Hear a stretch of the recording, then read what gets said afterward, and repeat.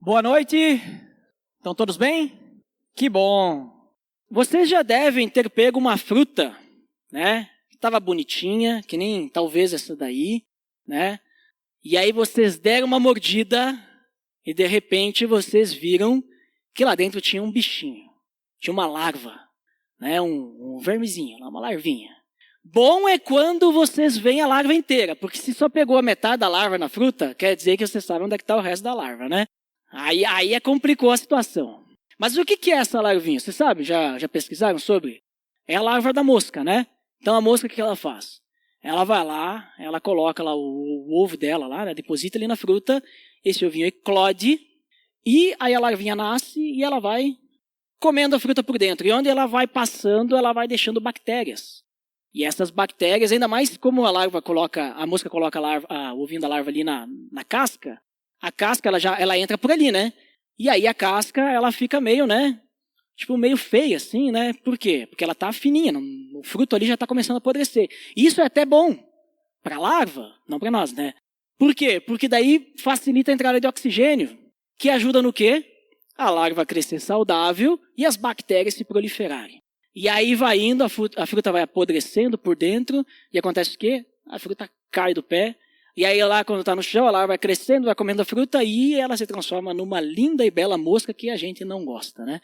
Às vezes me pergunta, por que Deus deixou a mosca e o mosquito entrar na arca? Né? Eu disse para ela, porque tem propósito. A gente não gosta, mas tem sentido eles existirem, né? Faz parte, né, da natureza. Então, essa fruta que muitas vezes a gente pega ali e a gente dá uma palpada e vê que está meio mole, a gente já fica, opa, pera, tem alguma coisa. Mas às vezes, sei lá, a larvinha está aí e está meio bom, assim, a gente olha, a fruta está maravilhosa, está linda. A gente olha assim, a fruta está bonita por fora e a gente abre e por dentro está uma decepção, né? Está horrível por dentro, está tudo contaminado. E essa ilustração eu quero deixar para vocês pensarem, porque hoje a gente vai dar continuidade ao estudo das cartas às 7 igrejas do Apocalipse, né, que a gente tem estudado. E hoje a gente vai falar sobre a 4ª igreja, que é a igreja de Tiatira. Então, antes da gente ler a palavra, eu gostaria de convidar vocês a fechar os olhos, baixar suas cabeças. Vamos orar, para que Deus possa nos conduzir nisso. Senhor Deus, em nome de teu Filho Jesus, eu te peço, Deus, que o Senhor nos conduza durante a leitura da tua palavra e também do entendimento dela. Que o Senhor possa nos mostrar como ela se aplica à nossa vida, como que nós devemos agir diante disso. Que o Senhor possa chegar aos nossos corações e esclarecer tudo isso, Pai, e nos fortalecer para que a gente possa ter um viver santo e agradável a Ti. Em nome de Jesus que eu oro. Amém. Então vamos abrir aí as nossas Bíblias. Apocalipse capítulo 2. Nós vamos ler dos versículos 18 até o 29. Apocalipse 2, 18, até o final dele, até o 29. Diz assim: Ao anjo da igreja em Tiatira escreva: Estas são as palavras do Filho de Deus, cujos olhos são como chama de fogo e os pés como bronze reluzente. Conheço as suas obras, o seu amor, a sua fé, o seu serviço e a sua perseverança, e sei que você está fazendo mais agora do que no princípio. No entanto, contra você tenho isto. Você tolera Jezabel, aquela mulher que se diz profetiza. Com os seus ensinos, ela induz os meus servos à imoralidade sexual e a comerem alimentos sacrificados aos ídolos. Dei-lhe tempo para que se arrependesse da sua imoralidade sexual, mas ela não quer se arrepender. Por isso vou fazê-la adoecer e trarei grande sofrimento aos que cometem adultério com ela, a não ser que se arrependam das obras que ela pratica. Matarei os filhos dessa mulher. Então todas as igrejas saberão que eu sou aquele que sonda mentes e corações, e retribuirei a cada um de vocês de acordo com as suas obras. Aos demais que estão em Tiatira, a vocês que não seguem a doutrina dela e não aprenderam como eles dizem, os profundos segredos de Satanás, digo, não porei outra carga sobre vocês. Tão somente apeguem-se com firmeza ao que vocês têm, até que eu venha. Aquele que vencer e fizer a minha vontade, até o fim darei autoridade sobre as nações. Ele as governará com cetro de ferro e as despedaçará como a um vaso de barro. Eu lhe darei a mesma autoridade que recebi de meu Pai. também lhe darei a estrela da manhã. Aquele que tem ouvidos, ouça o que o Espírito diz às igrejas. Então aqui nós temos a carta que foi endereçada à igreja de Tiatira, né? Ou melhor, todo o livro de Apocalipse foi endereçado às igrejas. Mas em específico esse trecho é algo, vamos dizer assim, personalizado para Tiatira. E aí só para a gente lembrar o padrão, né, desses trechos que percorrem o capítulo 2 e o capítulo 3, a gente tem aquele padrãozinho das cartas, né? A gente vê que Jesus ele se dirige à igreja, ele fala o nome da igreja, ao anjo da igreja, né, ao anjo, e assim vai. Depois ele se apresenta com títulos significativos, ele afirma o que é bom e correto naquela igreja, o que é elogiável, ele repreende o que eles estão falhando, o que está errado lá naquela igreja, e devido a essa falha ele chama eles ao arrependimento. E depois então ele promete bênção ao vencedor, aqueles que persistirem, aqueles que se arrependerem, aqueles que não caírem nessa falha, e ele exorta a ouvir o que o Espírito diz às igrejas. A gente viu que tem algumas exceções, mas a igreja de Tiatira nós temos todos esses pontos, vocês vão perceber ao longo da nossa conversa. Então, falando um pouquinho sobre Tiatira, né?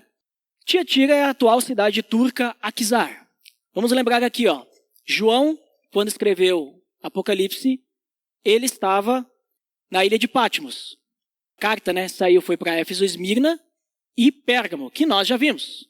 Esses três nós já estudamos, né? Se alguém perdeu algum, pode escutar lá no site, né? Acesse o site abbg.org.br e vocês vão poder achar lá os áudios dos estudos e pesquisar lá.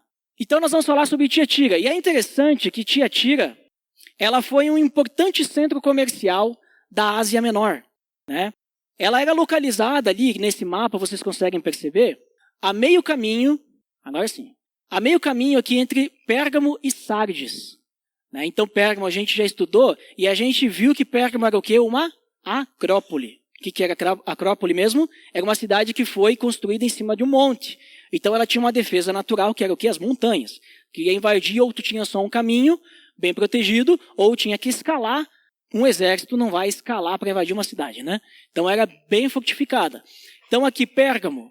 E Pérgamo a gente viu que Éfeso brigava com isso, Esmirna brigava com isso, e Pérgamo também. Queriam ser os melhores. E Pérgamo era, então, a capital da Ásia Menor.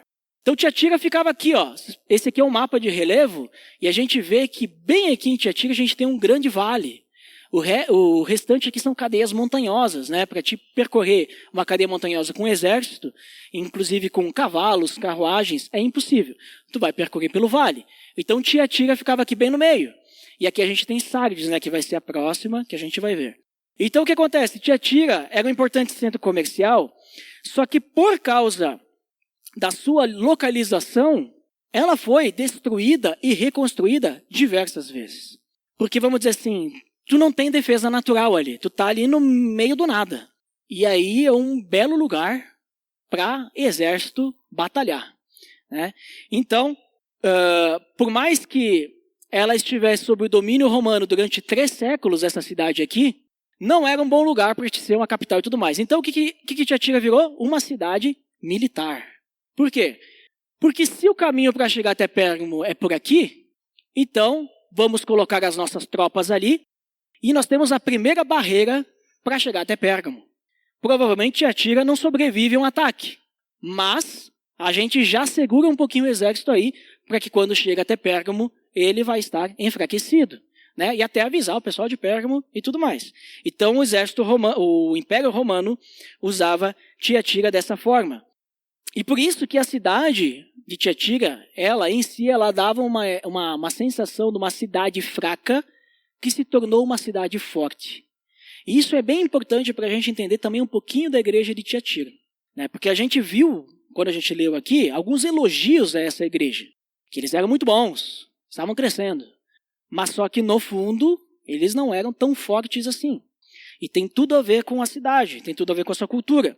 Tiatira também era uma cidade pequena e pouco importante, né? Por isso que lá não era centro de Deus disso, centro de Deus daquilo. Mas, né? Não era nem um centro político e religioso. Não tinha santuário de adoração a César, o principal, que todo mundo via. Não era, que nem as outras que a gente tem estudado. Mas, por ser um local militar e por ser uma passagem aqui, né, de todo o comércio que passava da Ásia e da Europa, ela virou um centro comercial. Né? Ela virou um centro comercial de grande importância nessa região. Então ali, a gente tinha, na cidade, isso aqui são algumas ruínas, né, da cidade de Tiatira, lá na cidade de Aquisar. Né? Então, vocês vão lá na cidade, se vocês forem visitar algum dia, vocês vão ver que tem uma cidade normal lá. E aí tem um lugarzinho lá que eles preservaram, aí tem umas pedras, e essa aí é o que restou da cidade de Tiatira, né? Que eles preservaram. O resto eles construíram uma nova cidade por cima, uma cidade moderna, né? Hoje em dia, isso aí fica na Turquia. Então, como ela era uma cidade comercial, passava bastante gente ali. E tinha algumas coisas importantes. Mas mesmo assim, mesmo sendo uma cidade comercial e tudo mais, não era um centro político e religioso, eles obviamente que tinham seus templos. Então, eles cultuavam lá deuses como Apolo, como o Tirimânios, Artemis, lembra de Éfeso, que tinha a deusa Artemis? Também eles cultuavam lá. Cultuavam também Sibila, que era uma orácula. E isso é importante a gente saber também. Por quê? Porque a gente viu aqui no texto uma mulher chamada Jezabel. E pode ser que por causa dessa cultura de adorar deusas, Jezabel teve uma certa facilidade, né, em levar as pessoas à perdição, levar as pessoas para um caminho longe de Deus. E uma coisa importante também, além disso, dessa cultura religiosa, cultura pagã, sobre a questão comercial daquele local, eles tinham associações lá. Né? Tiatira era uma cidade que eles tinham um comércio muito forte de tecidos, de tintura. A cor púrpura, por exemplo, ela vem de lá. Né? Os turcos, até hoje, a gente sabe, né, que eles são, né, muito bons nessa parte de tapeçaria, tecidos, né, bons tecelãos. Né? A questão de manufatura de lã e tintura era muito forte lá. E eles tinham associações. As associações de classe é mais ou menos o que a gente tem hoje aqui, né? Tipo, associações para fazer alguma coisa, de artesanato e tudo mais. Só que lá, esses grupos organizados de artesãos, vamos dizer assim, tinha algo a mais, negativo, para ser bem real. Eles costumavam misturar a questão profissional com elementos religiosos, né, da cultura pagã. Então, para que você pudesse participar dessas associações, você ia numa reunião, por exemplo, e você não ia só falar sobre negócios, sobre preços e tudo mais. Você também ia participar de banquetes com comidas sacrificadas a ídolos, e você também teria que participar. No final, normalmente, acabava em orgias sexuais, para cultuar os deuses pagãos. E por ser muito próspera comercialmente, essa cidade atraía um grande número de judeus que iam para lá. Tentar fazer a vida, né? Crescer profissionalmente. Só que daí chegava nessa questão.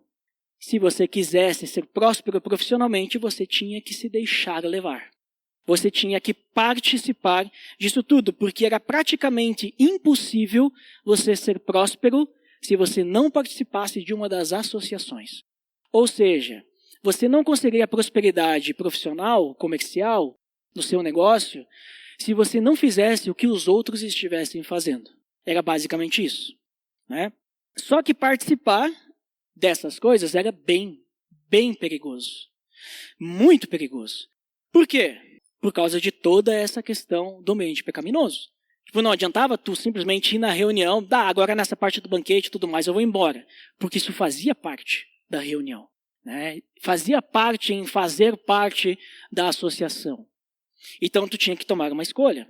Né? A carta de Paulo à igreja de Corinto é uma declaração, uma indicação clara de como que essas associações eram perigosas. Se você já leu a carta de Paulo à igreja de Corinto, você vai perceber que ele vai falar sobre a questão da imoralidade sexual, ele vai falar sobre comidas sacrificadas a ídolos e tudo mais, e ele vai falar sobre o cuidado que eles têm que ter de não se misturar com esse tipo de coisa.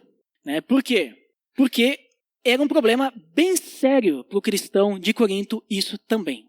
Por incrível que pareça. A igreja de Corinto era uma igreja que tinha muita gente, era uma igreja ou melhor, a cidade, né? Tinha muita gente e tinha gente de todo lugar que vinha lá. Né? E por causa disso, então, tinha de tudo lá, né? E Paulo, ele orienta a igreja, diz, olha, vocês têm que se afastar dessas práticas pela consciência de vocês e do outro. Ele fala principalmente da comida sacrificada a ídolo, né? Ele fala sobre isso e ele diz que vocês têm que se afastar disso por causa da consciência, né? A se afastar dessa libertinagem que aquele mundo estava vivendo. Inclusive, se vocês também leram já e lembram de Atos, né? Em Atos 16, vocês vão ver uma mulher que aparece lá chamada Lídia. Lídia foi a primeira convertida de Paulo. Sabe onde é que Lídia morava? Chuta. Tiatira. Alguém suspirou por aí. Ó. Tiatira. Lídia morava em Tiatira. E o que Lídia fazia? Ela trabalhava com tecidos. Era uma artesã que trabalhava com tecidos. Olha só. Né? Tá tudo escrito aqui. Só que separado assim. Uma coisa aqui, uma coisa ali. Né? Então, a gente olha para a igreja de Tiatira e a gente percebe que a igreja de Tiatira era uma igreja bonita por fora. Né? Que nem aquele fruto que a gente viu na primeira slide. Uma igreja próspera, uma igreja crescente, uma igreja forte. Né? Aos olhos de qualquer pessoa observando por fora, iria ver isso. Que igreja boa, que igreja fiel a Cristo. Né? Parecia uma igreja muito saudável. Parecia uma igreja que, se a gente desse... Claro, a gente não vai dar mordida na igreja, mas estão entendendo, né? O simbolismo, que a gente desse a mordida, a gente ia ver, dentro estava muito boa. Mas, será que por dentro ela era boa assim? Ou eles se deixavam levar? É isso que nós vamos ver, então, em todos esses versículos. Entendendo todo esse contexto, olhando agora para o texto que a gente leu, a gente vê, então, Jesus identificando primeiro a igreja, Tiatira, né? E a gente vê que Jesus se identifica dizendo que essas são as palavras do Filho de Deus. Filho de Deus, a gente vê cerca de 40 vezes no Novo Testamento essa expressão falando de Jesus, né? Por isso, essas são as palavras do Filho de Deus, então a palavra de quem? De Jesus Cristo, nosso Senhor e Salvador. E esse termo Filho de Deus enfatiza o fato de que Jesus, um verdadeiro homem, ele é também eternamente o verdadeiro Filho de Deus. Ele também é o próprio Deus. É o Filho de Deus eternamente, aquele que é o único que pode nos salvar. E a gente vê também que os olhos dele são como chama de fogo e os pés como bronze reluzente. Então os olhos de chama de fogo representam o julgamento de todo o mal. E os pés como bronze, o juízo divino. Então aqui, Jesus ele se identifica como aquele que vai julgar. Né? E é interessante e característico o que Jesus fala para essa igreja e como ele se identifica. Ou seja, ninguém vai passar por ele sem ser julgado. Né? Isso dá a ideia também de que Jesus se move, né, os pés como bronze, né, se move para exercer a sua autoridade, para disciplinar todos aqueles que estão em pecado. Ele vai julgar lá no final. Né? Ele vê o pecado e com seus olhos ele já julga. Né? Sabe aquele olhar julgador que a gente às vezes fala, né, de uma outra pessoa, está me olhando com um olhar julgador? O de Jesus vai ser para julgar de verdade. É o juízo eterno. Então depois ele faz o seu elogio. Conheço as suas obras, porque Jesus ele conhece todas as coisas. A gente não esconde nada dele. E diferente da igreja de Éfeso, onde a fé e as obras deles diminuíam, né? Lembra que eles perderam o primeiro amor? A igreja de Tiatira crescia. Conheço as obras, o seu amor. Cresciam no amor, cresciam na fé, o seu serviço, a sua perseverança. E ele diz que eles estão fazendo mais agora do que no princípio. Então, assim, quando eu olho para a igreja de Tiatira e esse elogio, eu digo, a igreja de Tiatira é um exemplo para nós. Será que Jesus, se olhasse para nós hoje, para a Igreja Aliança Bíblica de Bento Gonçalves, Jesus diria para nós, eu conheço as tuas obras, iria citar cada uma delas, e diria para nós assim, vocês estão melhores agora do que quando iniciou essa igreja. Será que Jesus falaria isso? Eu espero que sim. Mas a gente tem que refletir bem. Como que a gente está contribuindo para que essa frase seja real se Jesus escrevesse essa carta para nós hoje, né?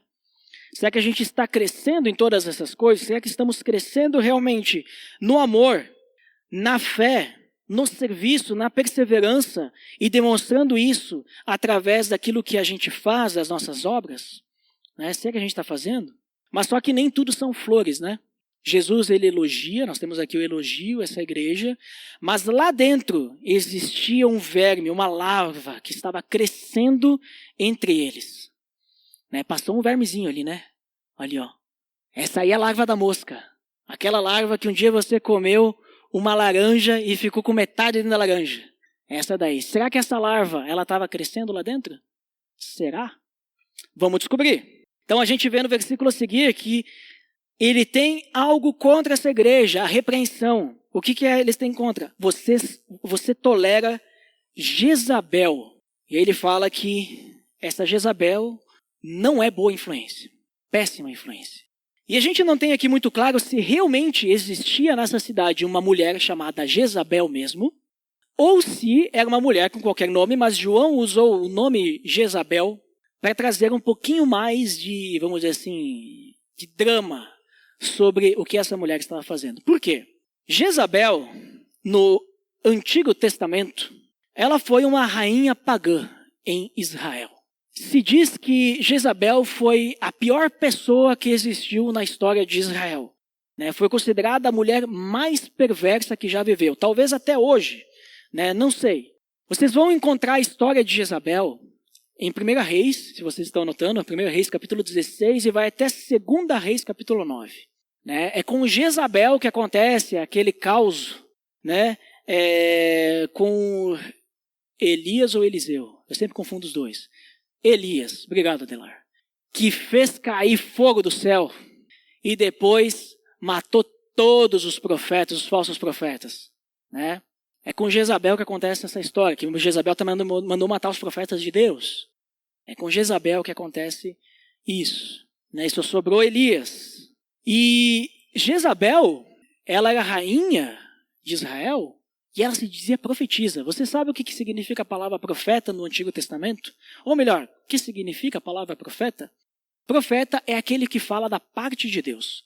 Ou seja, quando a gente escuta um profeta falar ou uma profetisa, significa que as palavras que ela está falando durante a sua profecia são as palavras de Deus.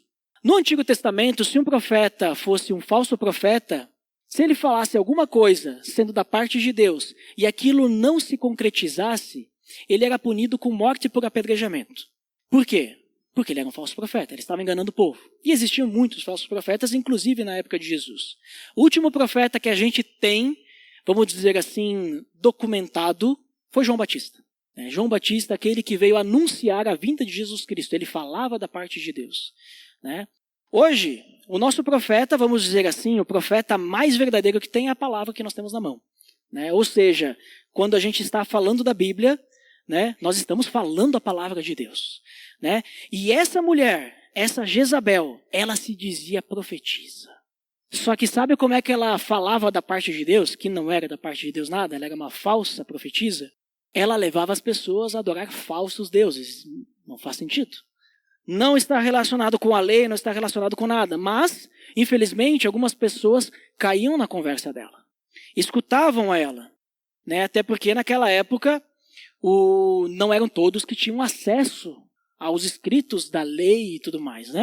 Só que essa nova profetisa, ela estava levando a comunidade de Tiatira, essa Jezabel de Tiatira, estava levando a comunidade à heresia e à imoralidade sexual. Então, me diz aí, se Deus condena a imoralidade sexual e condena coisas que não estão na lei, na palavra, vamos lembrar que aqui Jesus já tinha vindo também. Será que é da parte de Deus? Acho que não. Mas ela se falava, ela era uma profetisa. Então, enganava muitos. E como é que ela enganava? Naquela época, os templos pagãos, eles faziam oferendas aos deuses. Então, eles levavam alimentos para serem sacrificados, animais e tudo mais, faziam os alimentos sacrificados aos ídolos. E o que sobrava, diferente do povo de Israel, o que sobrava, eles não queimavam, ou não ficava ali para o sacerdote, ou não era jogado fora, enterrado. O que sobrava, eles vendiam. Vamos lucrar, porque sobrou, Não vamos jogar fora, que desperdício. Vendiam no mercado. E aí, o que acontecia? O povo podia comprar essa comida que foi sacrificada a ídolo. E vamos lembrar de Paulo. Paulo ele fala especificamente sobre isso em 1 Coríntios. Ele diz que comer a comida sacrificada a ídolo não é errado. Temos que entender agora o contexto do problema aqui em Tiatira. Não era errado. Por que não era errado? Porque você sabe que aquilo lá para você é comida. Né? Deus diz que não tem alimento que é proibido ou não é proibido e assim vai. Mas Paulo orienta que, pela consciência, não a minha, mas a do outro, você evite. Em que situação? Você foi convidado para uma janta e a pessoa sabe que você é cristão, né? Naquela época principalmente, e ela diz, olha, essa comida aqui que eu vou servir para você foi sacrificada a ídolos. O ideal é que você não coma. Vai ter problema se você comer? Não vai ter problema nenhum. Mas pela consciência do outro que te ofereceu, ele vai pensar o quê? O cara cristão está comendo comida sacrificada aqui a, sei lá, Beelzebu, a, sei lá, o demônio. E aí ele vai pensar o que ele tinha. Porque ele não entende isso, que tu tem liberdade. Então é melhor o quê? Se abster. Né? Foi o que Daniel fez. Daniel e seus amigos, né? O Michel tem falado de Daniel. Eles se absteram das comidas. Por quê? Pela consciência. Lá naquela época, Paulo nem tinha escrito, né? E eles já sabiam da sua liberdade e se absteram. Se absteram para evitar se contaminar com a comida sacrificada aos ídolos e para dar um bom testemunho. Né? Naquela época eles estavam sob a lei ainda, né? Também tem esse pequeno detalhe. Não tinham tanta liberdade como nós temos em Cristo. Mas eles se absteram. Então, Paulo, ele é bem claro nisso. Não tem problema. Vai infringir a consciência dos mais fracos. Ele também fala sobre isso em Romanos capítulo 14. Só que ali tem o detalhe. Lembra do contexto? Contexto de Tiatira. Eles estavam no local em que o comércio era muito forte. Era o ganha-pão deles. E eles precisavam, entre aspas, participar das associações pagãs. E nas associações pagãs, o que ia acontecer lá? Banquetes com comidas sacrificadas a ídolos. Banquetes dedicados a deuses pagãos. Então a coisa já é mais profunda. Não é simplesmente eu comer uma comida que eu nem sei a procedência e de repente, era sacrificado. Não é isso. A questão é você estar no ambiente, né, que nem teve a igreja recente ali que a gente viu que eles tinham o santuário de Satanás, a sinagoga de Satanás. É que nem você está no ambiente de Satanás e participando de um culto a ele. Esse que é o problema. E aí, então, entra a larva do engano, Jezabel. Jezabel dizia o quê? Não, mas veja bem, olha só. Primeiro, não tem problema, né, você participar aí, fica tranquilo, tá? Você precisa garantir o seu ganha-pão, né? Se você não participar, como é que vai ficar, né? E aconselhar as pessoas. E outra coisa que ela depositava, lá vinha na mente, no coração das pessoas, era o seguinte, olha, para que você possa vencer Satanás, você precisa conhecer Satanás. Você precisa conhecer ele profundamente, conhecer o pecado pela sua própria experiência. Porque senão, como é que você vai lutar contra o pecado se você não conhece o pecado? De onde é que eu tirei isso? Está no versículo 24. Né? Aos demais que estão em Tiatira, a vocês que não seguem a doutrina dele e não aprenderam, como eles dizem, os profundos segredos de Satanás. Né? Ela levava eles a conhecer os profundos segredos de Satanás. E eles se deixavam levar por quê? Porque nessa cidade, depois eu vou comentar um pouquinho melhor, mas crescia, foi o berço eu não diria, mas de lá começou algo que foi o pré-gnosticismo. O que acontece no meu corpo não acontece no meu espírito. E eles se deixavam levar, então, por esses pensamentos pecaminosos, pensamentos satânicos. Ou seja, o que eles entendiam? Participa das festas, come aí os alimentos sacrificados a ídolo, né? Participa da imoralidade sexual, tá tudo bem. E ainda melhor, você vai aprender uma coisa nova, né? Você vai aprender como evitar essas coisas quando você não estiver aqui.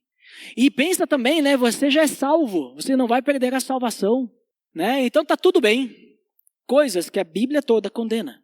Então, esse pensamento de provar para saber que é ruim é satânico. Não é de Deus. É de profetisas como Jezabel, pessoas que querem levar as pessoas a um engano, para longe de Deus, para cultuar outros deuses, né?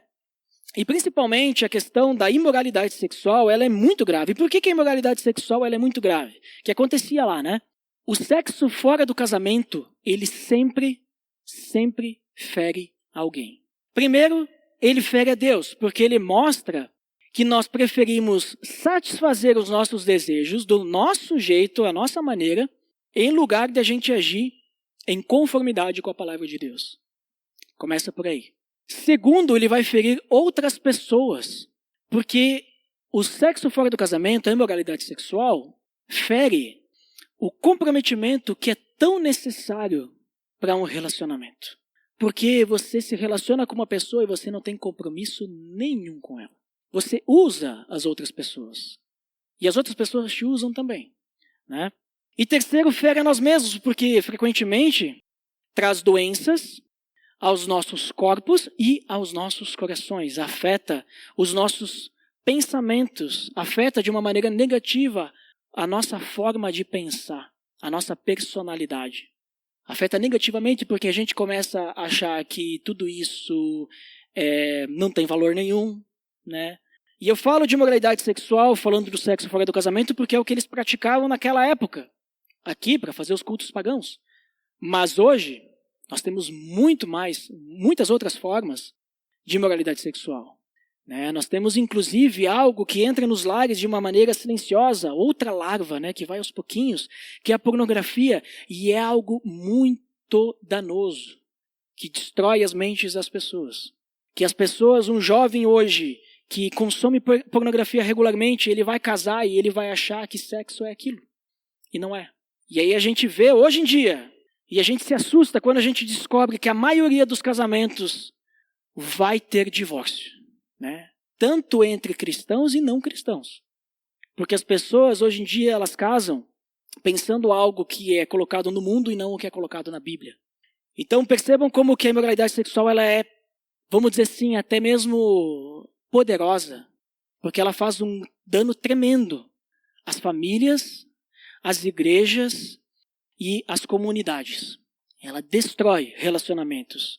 Né? Ela destrói a integridade sobre a qual os relacionamentos são construídos. Para e pensa aí. Se você sabe que alguém mentiu, disse para você que assim, eu não vou ir no seu compromisso ali porque eu tenho outro compromisso. E aí você descobre que ela não tinha nada, ficou em casa, mentiu para você. Você vai afastar essa pessoa de ministério, você vai olhar com essa pessoa meio torto e tudo mais? Não vai, né? Vai perdoar? Não, tudo bem. Podia ter falado para mim que você estava descansado e tudo mais. Agora me diz aí, se um casal, um homem ou uma mulher comete adultério, o que acontece? Como é que a gente lida com essa situação? A pessoa é afastada, a gente às vezes olha de um jeito diferente, que não deveria, né? Porque a gente deveria, diante do arrependimento, a gente deveria abraçar essa pessoa, porque ela se arrependeu genuinamente. Então percebem como que a imoralidade sexual ela destrói relacionamentos? Adultério também é imoralidade sexual. Ela destrói, tem um poder, por causa muito da nossa sociedade e tudo mais, né? Obviamente que é um pecado que afeta muitos. Né? Mentira também afeta. E mentira muitas vezes destrói relacionamentos também. Mas, pra gente é algo mais normal. Né? É algo mais tranquilo. Mas ambos são pecados. E ambos são perigosos. Então, a moralidade sexual era o caminho que essa profetisa estava levando eles. Né? E Deus, Ele quer nos proteger disso tudo. Ele quer impedir que a gente possa ferir a nós mesmos e a outros. Né? Por isso que a gente não deve participar de qualquer tipo de imoralidade sexual, mesmo que a nossa cultura aceite, que ache que é normal. A gente não deve participar. A gente não deve aceitar como normal. Se as pessoas fazer o quê? Né? O máximo que a gente pode dizer é que não é bom para Deus. Mas a gente não pode dizer que está tudo bem. A gente não pode participar de uma associação, como naquela época, que tinha cultos pagãos com imoralidade sexual. Não podemos. E Deus, Ele diz que deu tempo para que Jezabel se arrependesse da sua imoralidade sexual. Perceba que ele foca muito nesse ponto da imoralidade, né? Mas só que ela não quis se arrepender, ela não estava disposta ao arrependimento. E o arrependimento, o que quer dizer o arrependimento? É a gente mudar de ideia. É a gente literalmente fazer uma conversão. A gente mudou. Isso é se arrepender. A gente estava indo para um caminho, a gente se arrependeu. Eu vou voltar atrás. né? E a gente muda para onde? Para Deus, né? A gente se afasta das consequências desastrosas do pecado e se volta para Deus e para a vida eterna, porque a gente agora quer continuar nessa caminhada. Isso é arrependimento. E na misericórdia de Deus, Deus deu chance até para Jezabel, uma pessoa que estava levando a sua igreja para longe dele. E Deus é tão amoroso e tão misericordioso que essa larva que estava ajudando a corroer por dentro, deixando bactérias ali dentro da igreja, ele disse, não, vou dar uma chance. Mas ela não se arrependeu. Ela não quis deixar. Então todos nós também temos tempo e oportunidade para abandonar o pecado, a velha vida e voltar-se para Deus. Todos nós, né? Mas só que mesmo lá no fim, algumas pessoas obstinadas pelo pecado não vão se arrepender. É o que diz em Apocalipse, capítulo 9, versículos 20 e 21. Se você está com sua Bíblia aberta, avança um pouquinho aí, capítulo 9, versículos 20 e 21. Versículo 20. O restante da humanidade que não morreu por essas pragas, aqui a gente já está, né, no fim dos tempos, no Apocalipse, nem assim se arrependeu das obras das suas mãos. Eles não pararam de adorar os demônios e os ídolos de ouro, prata, bronze, pedra e madeira. Ídolos que não podem ver, nem ouvir, nem andar. Estátuas, né? Também não se arrependeram dos seus assassinatos, das suas feitiçarias, da sua imoralidade sexual e dos seus roubos. Vai chegar no final que há pessoas como Jezabel, haverão pessoas como Jezabel que não vão se arrepender. E essas pessoas sofrerão a consequência do seu pecado. Qual que é a consequência? Nos versículos 22 e 23. Por isso vou fazê-la adoecer e trarei grande sofrimento aos que cometem adultério com ela, a não ser que se arrependam das obras que ela pratica. Até aqueles que pecam com ela vão poder se arrepender. Matarei os filhos dessa mulher. Os filhos que diz aqui não são os filhos de nascimento, os seguidores dela, né? Os discípulos. Então todas as igrejas saberão que eu sou aquele que sonda mentes e corações e retribuirei a cada um de vocês de acordo com as suas obras. Então depois de dar tempo para a mulher, e vai também dar a oportunidade para aqueles que a seguiam, Deus iria julgá-la. E esse julgamento, lembra do início? Os olhos deles são como chama de fogo e os pés como bronze reluzente. É o juízo. Ela seria julgada. E o destino dela não é muito bom. E aqueles que cometiam também teriam sua chance, mas se não se arrependessem, sofreriam grandemente também com essa questão. E ele chama, né, o arrependimento, a não ser que se arrependessem. Todos os seguidores dela veriam a morte. Deus faz isso cuidando da sua igreja, da igreja em Tiatira. E ele está clamando essa igreja ao arrependimento, aqueles que estão indo junto dessa mulher, se afastem dela, se arrependam. Né? Isso Deus iria fazer para mostrar o seu cuidado conosco, com a igreja, e também para mostrar que ele sabe de tudo.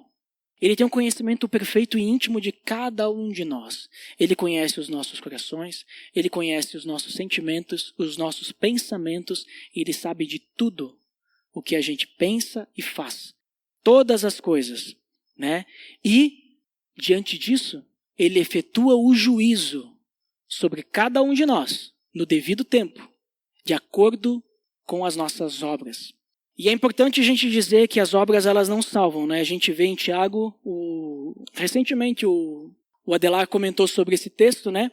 De Tiago, capítulo 2, versículo 17, que a nossa fé ela é evidenciada pelas obras. Mas as obras elas não salvam. Né? Me mostre sua fé sem obras, que mostrarei a minha fé pelas obras. Né? As obras elas demonstram aquilo que nós estamos vivendo. As obras evidenciam a salvação. Não quer dizer que a gente é salvo pelas obras. Mas elas demonstram que nós somos salvos. Sabe por quê? Porque as obras, elas demonstram aquilo que o Espírito Santo está fazendo na nossa vida. Lembra de Efésios capítulo 2, versículos 8 e 9? E depois tem o 10 também? Que nós somos salvos pela graça, mediante a fé, não por obras.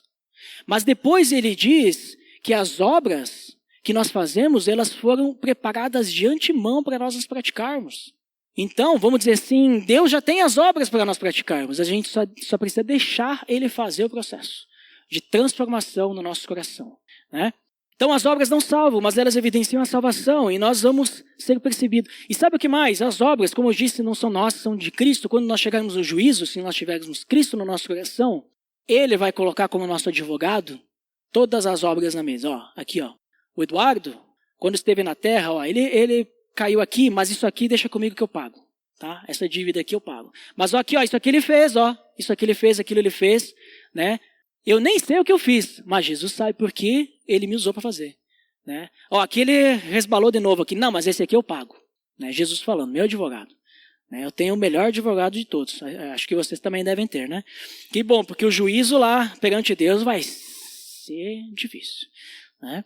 Mas a gente também sabe que Deus é um Deus justo que sonda mentes e corações.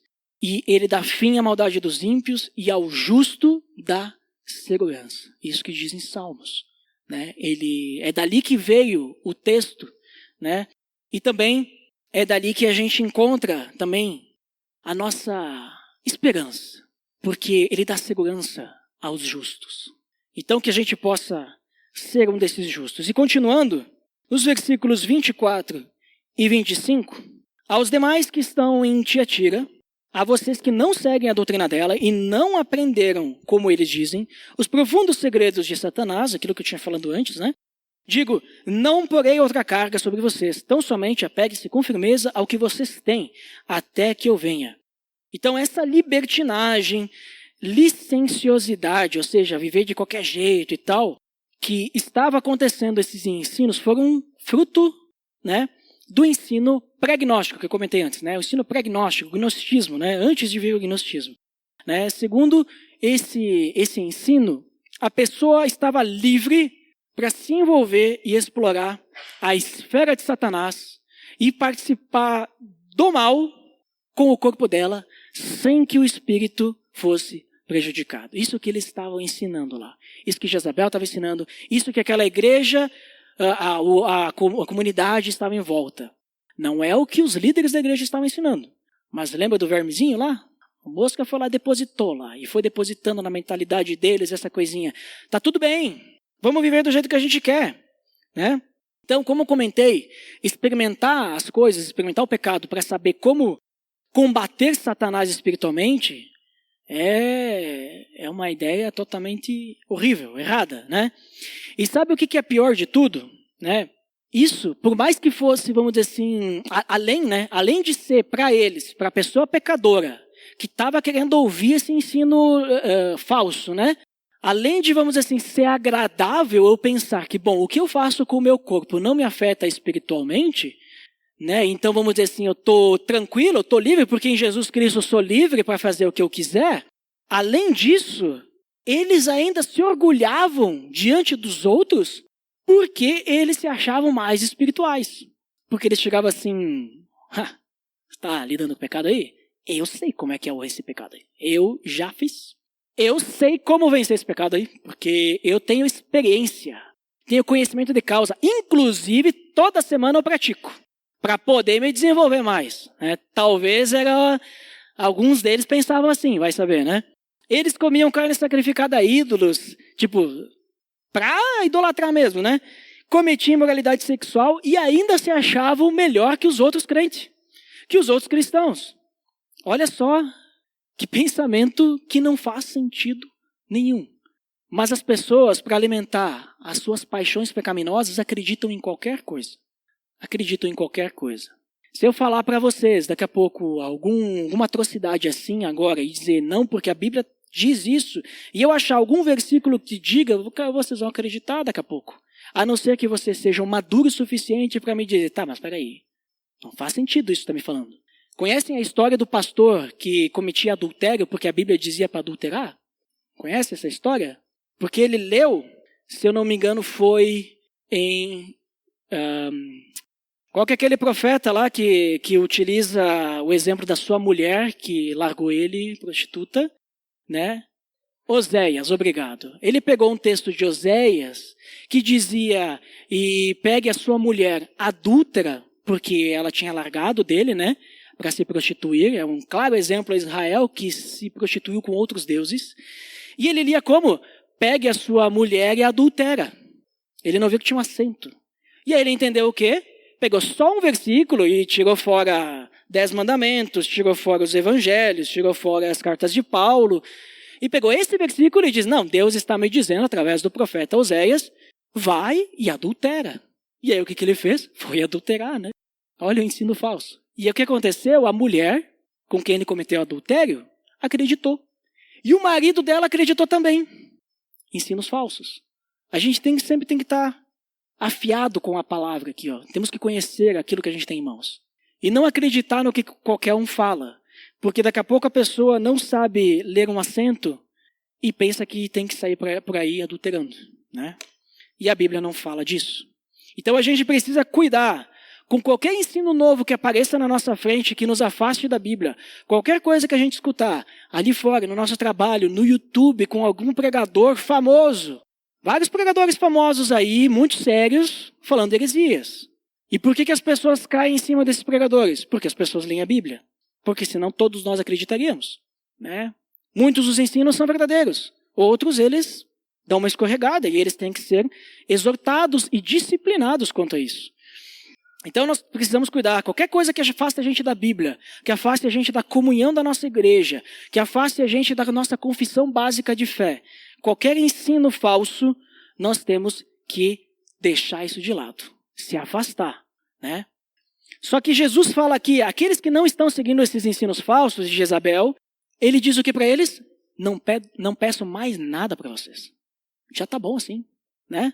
Tão somente sejam fiéis a Ele, a Jesus Cristo, em meio a esse ambiente pecaminoso. Isso já é suficiente. Ele diz aqui, né? Aos demais, não porei outra carga sobre vocês.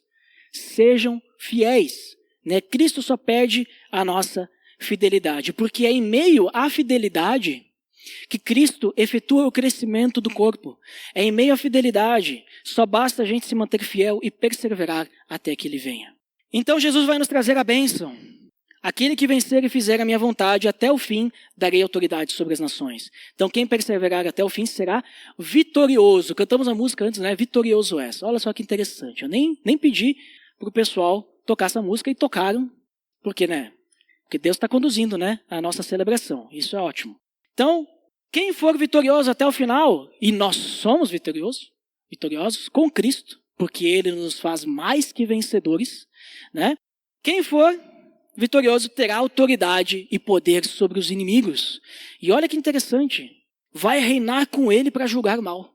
É o que Ele diz aqui. Darei autoridade sobre todas as nações. Nós somos aqui um nada, né? Porque nós não temos autoridade, mas Jesus nos dá autoridade aqui. Porque nós vamos ser vitoriosos. Então, quando nós estivermos com Ele, só quem vai estar acima de nós é o próprio Deus. E Cristo, né, que é Deus também. Mas sobre todos os inimigos de Deus nós teremos autoridade. Olha só que interessante.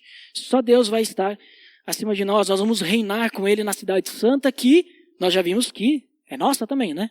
Vamos herdar. E Ele diz ainda, Ele as governará com cetro de ferro e as despedaçará como a um vaso de barro, né?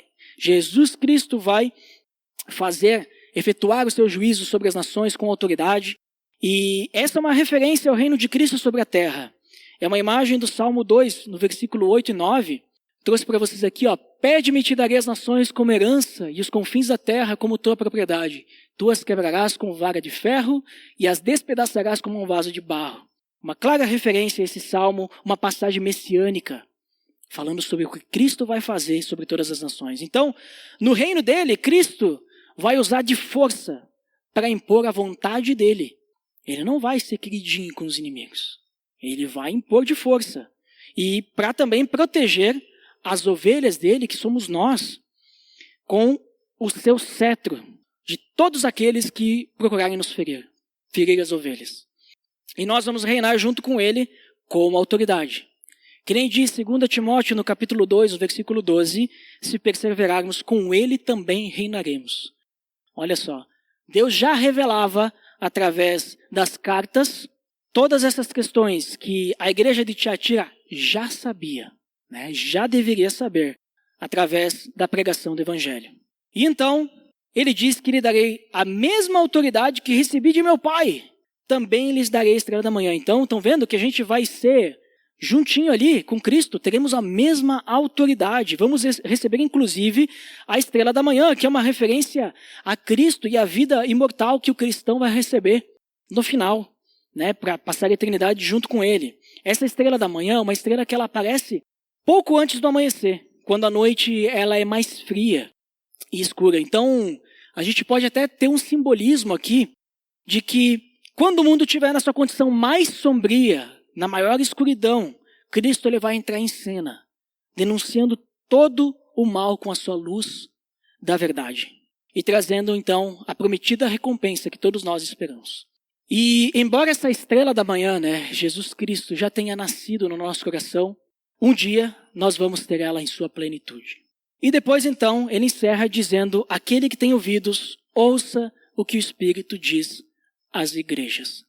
Então ele chama a ouvir o que o Espírito diz. Então a igreja de Tiatira, ela também estava em um local complicado. Lembre que todas essas igrejas estavam passando por perseguição. E eles precisavam lidar com essa pressão comercial diante das associações. É o equivalente hoje a gente fazer concessão, né? Ah, porque se eu não fizer tal coisa, eu não vou crescer profissionalmente. Ah, mas tu vê, né? Se eu não fizer isso, eu não vou conseguir aquilo, né? Então eu preciso fazer. Não precisa. Tu faz porque tu quer. Ninguém está te obrigando. A não ser que você esteja no Oriente Médio, alguém esteja com uma arma apontando para a sua cabeça, dizendo, faça isso, que não é o nosso caso aqui. E, inclusive, o pessoal no Oriente Médio não faz. E eles morrem por causa disso. Essa é uma realidade, infelizmente. Então, a não ser que você esteja passando por isso para, sei lá, roubar um troco no mercado, sonegar um impostinho aqui, passar a perna em alguém, né? Deixar de pagar alguém, alguma coisa assim, sei lá, fazer algumas outras coisinhas, usar de um chaveco para fazer uma venda, coisas assim. A não ser que tenha alguém com uma arma apontando na tua cabeça para fazer todas essas coisas, você não é obrigado. Você faz porque quer. E você precisa admitir que você faz porque você quer. Porque se você não admite que você não faz porque quer, porque alguém está te dizendo, você está delegando o pecado para outra pessoa. Mas o pecado é teu. E se você diz que não é pecado, ou melhor, que você não tem pecado, lembre-se o que João fala em 1 João, que aquele que diz que não tem pecado é mentiroso e faz de Deus mentiroso. Então, pense nisso, né? Não estou dizendo que a gente é perfeito, que a gente sempre vai fazer tudo certinho. Certamente a gente vai errar em algumas coisas e vou dizer para vocês, nós vamos errar mesmo e faz parte do nosso crescimento espiritual. Mas nós temos que lembrar que se o Espírito Santo nos acusa é errado, nós temos que nos arrepender daquilo. Porque é disso que se trata a nossa vida e intimidade com Cristo. De nós errarmos, e quando nós errarmos, que o Espírito Santo nos acusa, nós voltarmos para Deus através do arrependimento e a confissão de pecados. E tentar fazer melhor da próxima vez. Tentar não fazer uma concessão, né? Porque para nós, às vezes, parece algo simples.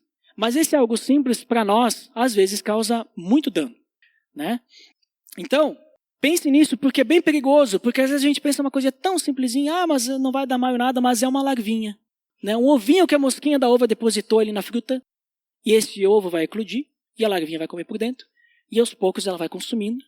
E eu acho que está tudo certo, essa coisinha pequenininha de repente vai aumentando, e de repente, só de eu ficar brincando com, sei lá, com outras mulheres, de repente, se brincar com outras mulheres, alguma delas responde positivamente e de repente eu estou cometendo adultério, né? E aí? Será que está tudo bem mesmo? Eu só fazer uma brincadeirinha? Dar risada numa piada impura? Então temos que tomar um cuidado, né? Não é ser legalista, mas é deixar o Espírito Santo conduzir o nosso coração para sermos cada vez mais semelhantes a Cristo. Então, lembre-se sempre que alguns deles estavam caindo na manipulação do não tem problema, tá tudo bem, né? Você precisa provar para entender como é que é, né? Nunca precisei experimentar droga nenhuma para saber que droga faz mal. Nunca precisei. E nem vou precisar. Eu sei que faz mal. E a palavra de Deus me diz que adultério é errado, moralidade sexual é errado, essas coisas são erradas. Eu não preciso experimentar para saber que é errado. Eu só preciso saber que Deus me disse que é errado e pronto. E eu preciso confiar nele. Preciso confiar na palavra, né? Na verdade, eles tinham uma desculpa para pecar, porque eles estavam convencidos que estava tudo bem. Eles se deixavam levar e tornavam o pecado uma prática comum. Então a gente precisa negar esse tipo de ensino. A gente precisa se voltar para Deus, né? A gente precisa também, que nem diz ali, não cair nos enganos do pecado, e também a gente precisa perseverar para estarmos com Ele pela eternidade. Vamos orar por isso então? Pai, em nome do teu Filho Jesus, te pedimos, Deus, que o Senhor possa conduzir as nossas vidas diariamente. Olha para os nossos corações, Deus, a gente sabe que tu sonda tudo, Pai, todo o nosso interior. E te peço, Deus, que se há alguma falha, que o Senhor nos mostre. Mas nos mostre também a saída, Deus. Porque nós somos falhos e muitas vezes a gente tem uma fraqueza para o pecado, Deus, e a gente se deixa levar e a gente não te busca, porque às vezes até, sendo bem sincero, a gente gosta do pecado, Pai. Mas nos traz o teu amor para que a gente possa te amar em primeiro lugar e que o pecado seja secundário, ou melhor, nem faça parte da nossa vida. Que ele fique de lado, Deus. Que em primeiro lugar sempre venha a ti, Pai. Que sempre tu estejas em nossos pensamentos e não deixe que nada cresça dentro do nosso coração que vá nos manipular ou nos apodrecer por dentro aos poucos, Deus. Mas que a gente possa crescer saudavelmente, cuidando uns dos outros e conduzindo uns aos outros para crescermos e sermos semelhantes a teu Filho. Em nome de Jesus que eu oro, Pai. Amém.